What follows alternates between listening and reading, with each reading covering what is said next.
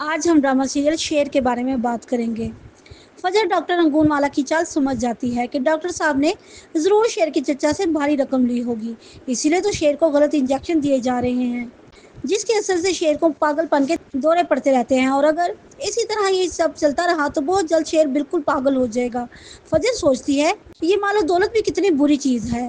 پھر فجر فیصلہ کر لیتی ہے کہ اگر وہ ڈاکٹر رنگون والا کا جرم ثابت کرنے میں لگی رہی تو اس سے شیر کو مزید خطرہ ہوگا، کیونکہ میری تو کوئی بھی آواز نہیں سنے گا، اور پھر میں ہوں بھی ان کے دشمن کی بیٹی، اس لیے مجھے کچھ ایسا کرنا ہوگا کہ شیر کا علاج بھی ہو جائے اور کسی کو بھی مجھ پر شک نہ ہو۔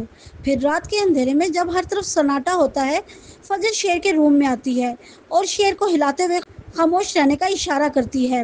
پھر فجر شیر سے سرگوشی کرتی ہے کہ باہر چلو گے میرے ساتھ؟ شیر ہاں میں سار ہلاتا ہے۔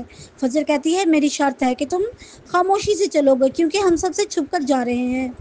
پھر فجر شیر کو گاڑی میں بٹھا کر دوسرے ہاسپٹل لے جاتی ہے اور شیر سے کہتی ہے آج سے تمہارا اس ہاسپٹل میں علاج ہوگا، کیونکہ وہاں ایگزائلم میں کوئی بھی نہیں چاہتا کہ تم ٹھیک ہو، لیکن میں تمہیں پہلے جیسا دیکھنا چاہتی ہوں، کیونکہ تمہاری والدہ کو تم سے بڑی امیدیں ہیں۔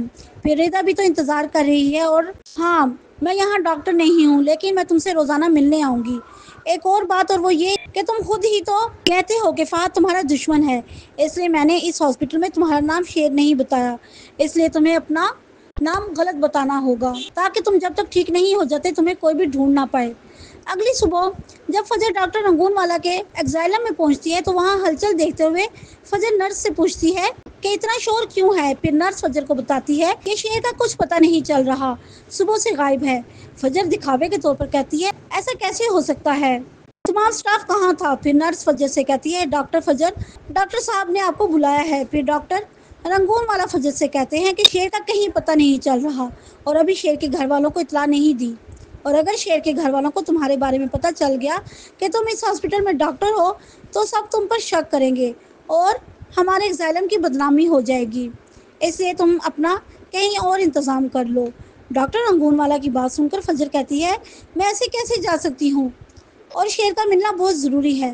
پھر ڈاکٹر صاحب فجر سے کہتے ہیں شیر کو سب ڈھونڈ رہے ہیں، لیکن تم سچویشن کو سمجھو، کیونکہ اگر شیر کے گھر والوں کو تمہارے بارے میں علم ہوا تو تم دونوں خاندانوں کے درمیان دشمنی میں مزید اضافہ ہو جائے گا۔